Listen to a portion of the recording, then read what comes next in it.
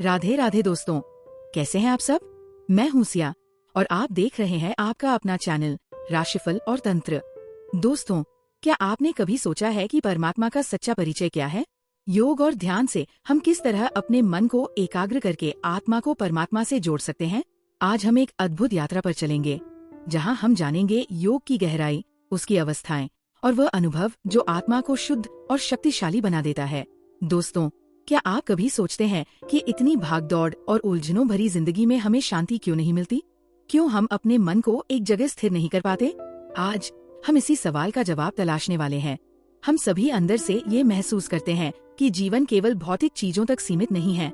कहीं न कहीं हमारी आत्मा परम सुकून की तलाश में होती है और यही तलाश हमें योग और ध्यान की ओर ले जाती है। तो चलिए, हमारे साथ है आशुतोष जी, जो हमें ये बताएंगे कि कैसे योग और ध्यान से हम अपने जीवन को एक नई दिशा दे सकते हैं।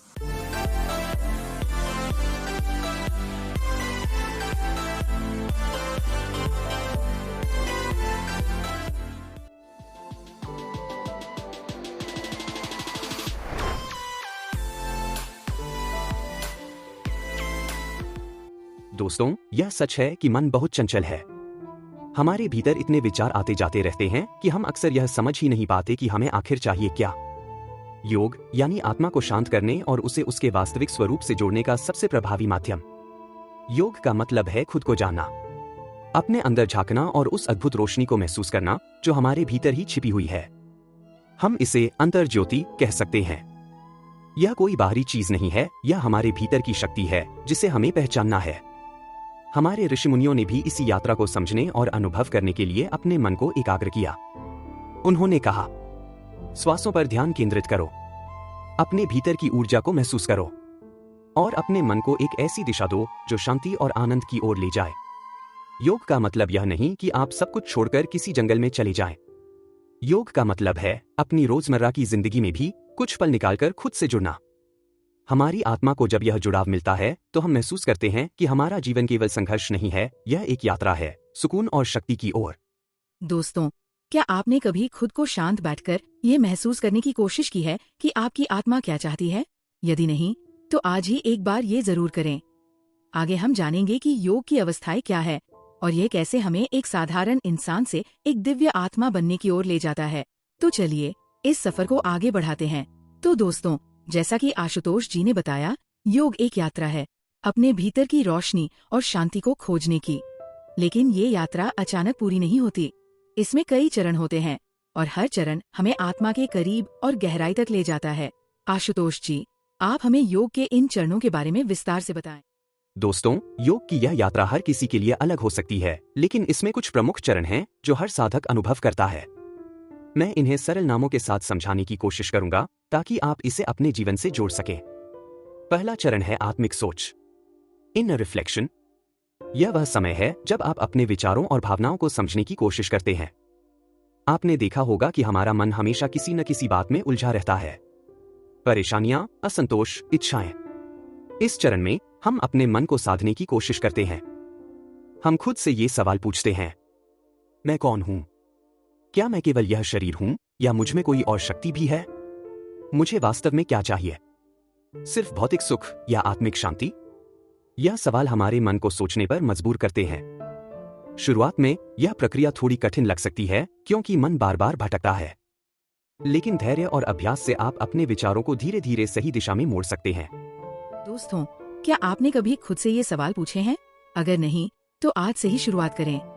ये एक छोटी सी कोशिश है जो आपके जीवन में बड़ा बदलाव ला सकती है। तो आशुतोष जी, अगला चरण क्या है? दूसरा चरण है अनुभव की शुरुआत, इनिशियल एक्सपीरियंस। यह वह समय है जब आप केवल सोचते ही नहीं बल्कि महसूस भी करने लगते हैं। जैसे जैसे आप ध्यान का अभ्यास करते हैं, आपको अपने भीतर एक हल्की सी शांति का एहसास होता है।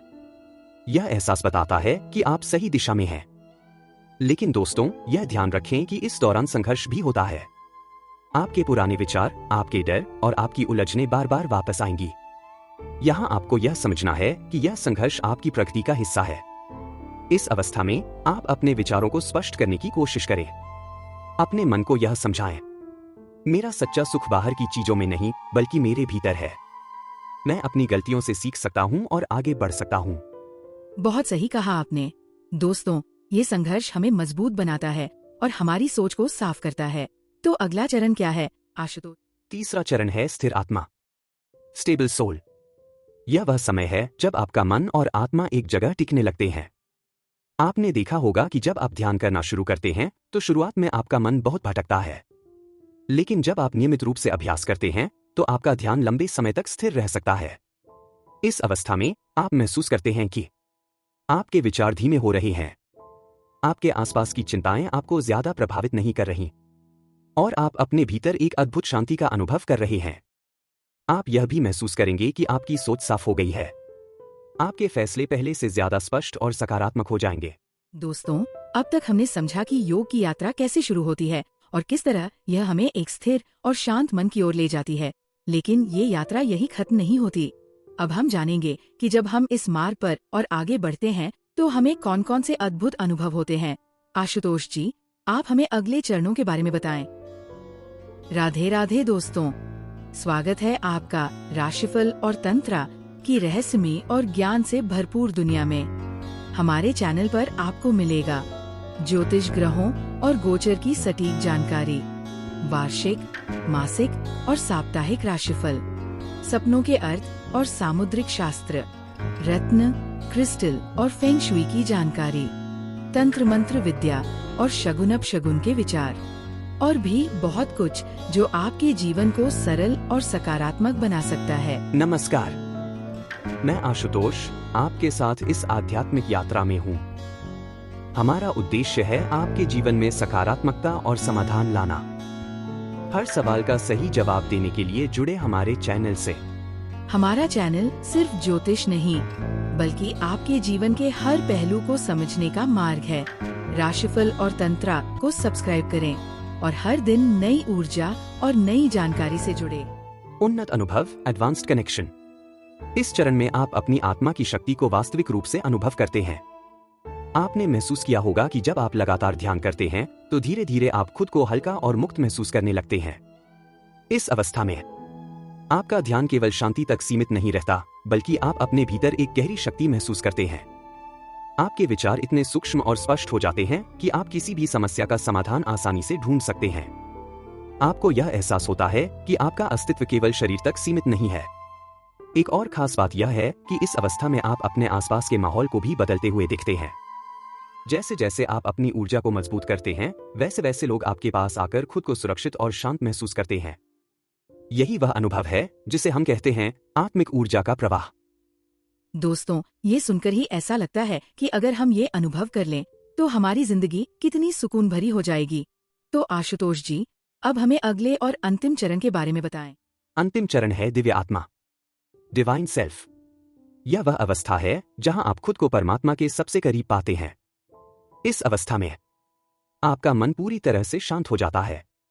आपको यह एहसास होता है कि आप एक ज्योति हैं, एक प्रकाश जो हर जगह फैला हुआ है।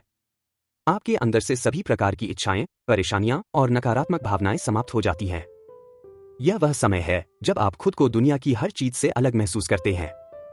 आपको ऐसा लगता है कि आप केवल प्रकाश हैं और यही प्रकाश आपकी असली पहचान है। इस अवस्था में आपकी ऊर्जा इतनी मजबूत हो जाती है कि लोग आपके पास आकर खुद को हल्का और प्रेरित महसूस करते हैं, जहां आप एक चलते फिरते प्रेरणा स्रोत बन जाते हैं। ये तो सचमुच अद्भुत है। दोस्तों, अगर आप भी अपनी आत्मा को इतनी दिव्यता तक ले जाना चाहते हैं तो ध्यान और योग को अपनी जिंदगी का हिस्सा जरूर बनाइए। तो दोस्तों, ये थी योग की यात्रा और इसकी अवस्थाओं की पूरी कहानी। लेकिन ये केवल सुनने की चीज नहीं है, इसे महसूस कीजिए, इसे अपनाइए। आशुतोष जी, इस गहन ज्ञान को हमारे साथ साझा करने के लिए आपका बहुत बहुत धन्यवाद। तो दोस्तों, आज हमने योग की इस अद्भुत यात्रा के बारे में जाना। ये केवल एक प्रक्रिया नहीं है, बल्कि यह हमें अपनी आत्मा की गहराइयों में झांकने और परम शांति प्राप्त करने का रास्ता दिखाती है। अगर आपको ये वीडियो पसंद आया हो और आपने इससे कुछ नया सीखा हो तो इसे लाइक जरूर करें, अपने दोस्तों और परिवार के साथ शेयर करें ताकि वे भी इस ज्ञान का लाभ उठा सकें। और हाँ, हमारे चैनल राशिफल और तंत्र को सब्सक्राइब करना न भूलें। यहाँ आपको ज्योतिष, ध्यान, योग और आत्मिक विकास से जुड़े गहरे और उपयोगी विषयों पर जानकारी मिलती है। हम हर दिन आपके लिए नई नई जानकारियाँ लेकर आते हैं जो आपके जीवन को बेहतर और शांतिमय बना सकती है। तो जुड़िए हमारे साथ और हमारी इस यात्रा का हिस्सा बनिए। मैं सिया आपसे विदा लेती हूँ। हम फिर मिलेंगे एक और ज्ञानवर्धक और प्रेरणादायक विषय के साथ।